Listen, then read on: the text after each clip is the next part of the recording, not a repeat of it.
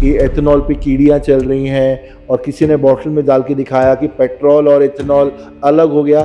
तो ये इतनी बड़ी मिथ्या, अगर उनको E20 इतनी फोर्सफुली इन्फ्यूज करना है पेट्रोल कंजम्पशन सिस्टम के अंदर, तो उनका भी ध्यान रखना पड़ेगा जो अपनी पूरी जिंदगी में एक बार गाड़ी लेते हैं। अब जो लोग ये नैरेटिव फैलाते हैं, क्या वो ये चाहते हैं कि हमारा देश विकसित ना हो? कोई कहता है कीड़ियां चल रही है, ये एथेनॉल है, कोई मेंथॉल नहीं है। आजकल एथेनॉल को लेके बहुत सारी चर्चाएं चल रही हैं। एथेनॉल एक बड़ा आज यंग प्रोडक्ट है, यंग कन्वर्सेशन है, यंग टॉपिक है और एक ऐसा कंट्रोवर्सी है जो मतलब या तो अगर मिसगाइड किया लोगों को तो बहुत मिसगाइडेशन सवाल पैदा होंगे, या उसको जस्टिफाई किया या सही समय पे रहने पे उसकी प्रेजेंटेशन या उसका प्रपोजल अगर हम करेक्ट करते हैं एथेनॉल का, तो हो सकता है कि ये एक डेवलपमेंट की तरह देखा जाए, देश की एक डेवलपमेंट की तरह देखा जाए, एक आर्थिक स्थिति को और मजबूत करने के हिसाब से देखा जाए, एक सेल्फ सस्टेनेबिलिटी की तरह भी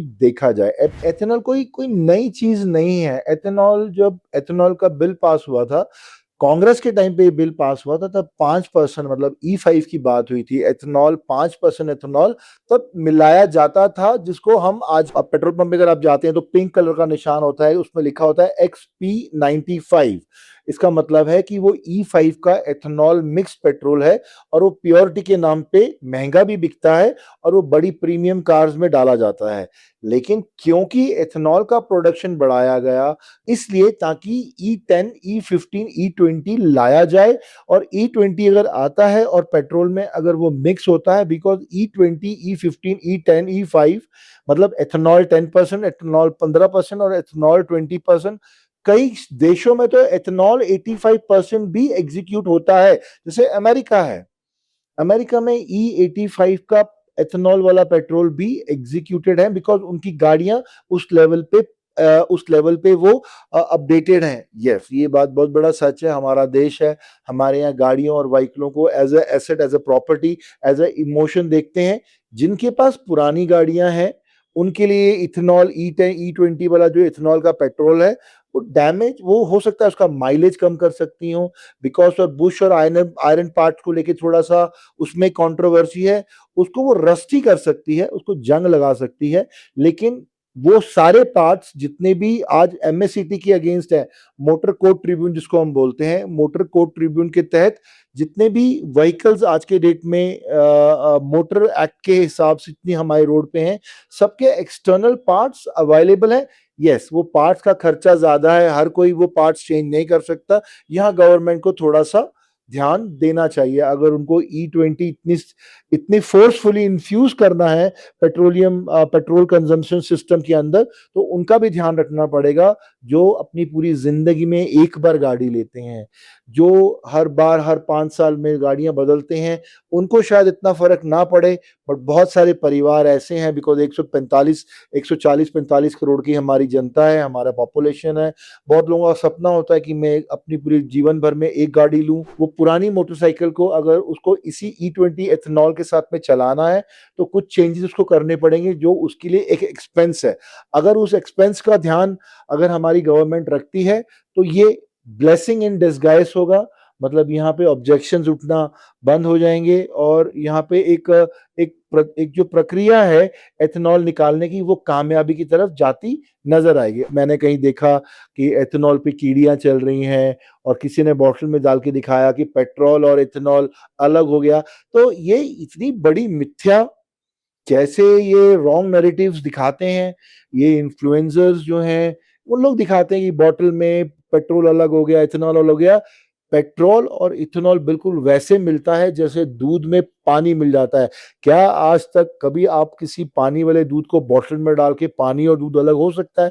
नहीं हो सकता। ये जो ब्लेंडिंग है एथेनॉल की और पेट्रोल की, this is in the favour of environment, it is in the favor of economy, it is in the favor of future, it is in the favor of the quality of vehicle product, it is in the favor of rubbing shoulders globally, parallelly with other developed countries। अब जो लोग ये narrative फैलाते हैं, क्या वो ये चाहते हैं कि हमारा देश विकसित ना हो? क्या हमारा देश वक्त के साथ कंधे से कंधा मिला के बाकी देशों के साथ में ना चले? क्या वो चाहते हैं आज भी हम पेट्रोल की बात करें, आज भी हम कटोरा लेके वार ऑफ हार्मोस की तरफ देखते रहें, आज भी हम उन्हीं देशों पे डिपेंड रहे, भले वो रशिया है, ईरान है, भले वो रूस है? ऐसा नहीं है। ये उगता हुआ सूरज है, ये बढ़ता हुआ देश है। एथेनॉल ब्लेंडिंग की टेक्नोलॉजी यूज़ करने वाले हम कोई पहले देश नहीं हैं। हमसे पहले बड़े-बड़े देश इस पे काम कर चुके हैं, जिसमें ब्राज़ील बहुत बड़ा नाम है, भारत बहुत बड़ा नाम है, अमेरिका E10, E15, E85 तक भी चला गया है। थाईलैंड E20 को आज भी बल देता है। थाईलैंड एक छोटा-सा देश है, जो बहुत बहुत तेज़ी से जिसने अपनी इकोनॉमी हिंदुस्तान से बेटर करी है। Just because of opening of development. Vietnam है, अर्जेंटीना, यूरोप, सारा पूरा का पूरा शैनेगन, चीन, अभी चाइना की हम बात करते हैं, अगर हम G20 की बात करते हैं और अमेरिका और चाइना का नाम आता है, अगर अमेरिका के पास E85 है, चाइना के पास E85 है, और दोनों इथेनॉल बेस्ड पेट्रोल को लेके प्रमोट कर रहे हैं अपने आप को, अपने देशों को, अपने मोटर एक्ट को, मोटर मैन्युफैक्चरिंग एक्ट को अगर वो लोग प्रमोट कर रहे हैं, तो व्हाई नॉट इंडिया? कनाडा की बात करते हैं, कनाडा इसके अंदर है, फिलीपींस इसके अंदर है, बहुत सारे देश ऐसे हैं जिनका नाम लेते जाऊंगा तो शाम हो जाएगी। इन सब को एथेनॉल की ब्लेंडिंग के बारे में नॉलेज है, बहुत डीप डिग इन करके रिसर्च करके उन लोगों ने अपना पैर रखा है। हमको भी इसके बारे में इसका पॉजिटिव पार्ट देखना चाहिए, पॉजिटिव की तरफ चलना चाहिए। कोई कहता है कीड़ियां चल रही है, ये एथेनॉल है, कोई मेंथॉल नहीं है। मेंथॉल होता है जिसपे कीड़ियां चलती हैं। ऑर्गेनिक चींटी कभी भी एथेनॉल को लाइक नहीं करेगी, बिकॉज ये मेंथॉल नहीं है, ये कोई शुगर केन का जूस नहीं है, ये एथेनॉल है। अमेरिका 42.5% एथेनॉल की यूसेज पे कब्जा करके बैठा हुआ है। ब्राजील 27% का हिस्सा रखता है, ठीक है। भारत के पास सिर्फ 7% हिस्सा है, लेकिन सबको मिलाने के बाद भी भारत का पेट्रोलियम यूसेज जो है वो इन सबसे ज्यादा है। तो ये समझना ये बहुत जरूरी है कि इथेनॉल की जरूरत बाकियों से ज्यादा भारत देश को है। फॉरेक्स की बात बोलते हैं, जो फॉरेन फंड्स बाहर जाते हैं, आज भी अभी भी हमने जो एथेनॉल ब्लेंड की वजह से, जो एथेनॉल ब्लेंड है इसकी वजह से हमने 1.4 लाख फॉरेन मुद्रा हमने बचाई है। साथ ये जो इवेंट है, ये जो प्रमोशन है, इस प्रमोशन के तहत जो गन्ना, मक्का, चुकंदर, आई बीइंग अ फार्मर, हमने हमेशा इकोनॉमिक वीकर सेक्शन के फार्मर को सपोर्ट किया, उसी के लिए लड़ते आए, उसी के लिए आगे लड़ेंगे भी। तो ये मेरे जीवन पूरे जीवन में मैंने पहली बार देखा है कि चुकंदर को लेके फार्मर एक्साइटेड है, मक्के को लेके फार्मर एक्साइटेड है। मक्के का रेट, जब मक्का बोता था फार्मर तो डरता था कि क्या पता उसको रेट मिले या ना मिले। आज शुगर कैन की फैक्ट्री, शुगर कैन मिल मालिक उसको कितने दिन के उधार के बाद पैसा देगा। ट्रॉलियां गन्ने फैक्ट्री में जाती थी और पैसा 6-6 महीने, 1-1 साल बाद आता था। पर आज गन्ने के फार्मर्स, चुकंदर के फार्मर्स, ठीक है, मेज के फार्मर्स, मक्का के फार्मर एक्साइटेड है, डेवलप्ड है, एजुकेट हो रहे हैं, ज्यादा एक्साइटेड है, अच्छी तरह से अपना काम कर रहे हैं। उनको मालूम है कि उनका बाय प्रोडक्ट है और ये उनको 4 पैसे कमा के दे सकता है। They will be the part of petroleum system, they will be the part of petroleum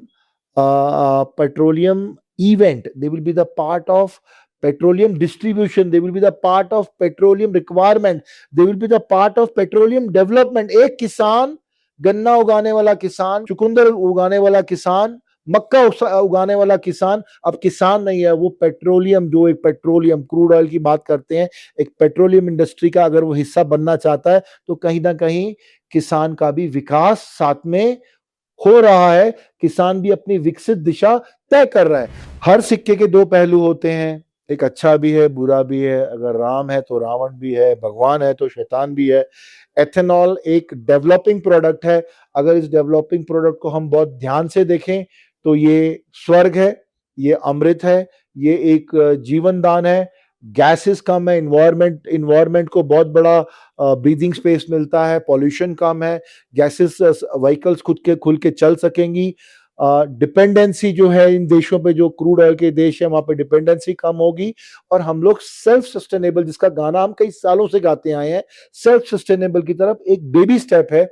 और अगर आज हमने ये बेबी स्टेप ले लिया तो क्या पता आगे चल के हम इस दौड़ में शायद बाकी जो G20 या G3 या G7 के देश हैं उसमें हमारी भागीदारी भी होगी। हम G20 से निकल के G5 या G7 में भी दिखाई देंगे। Thank you.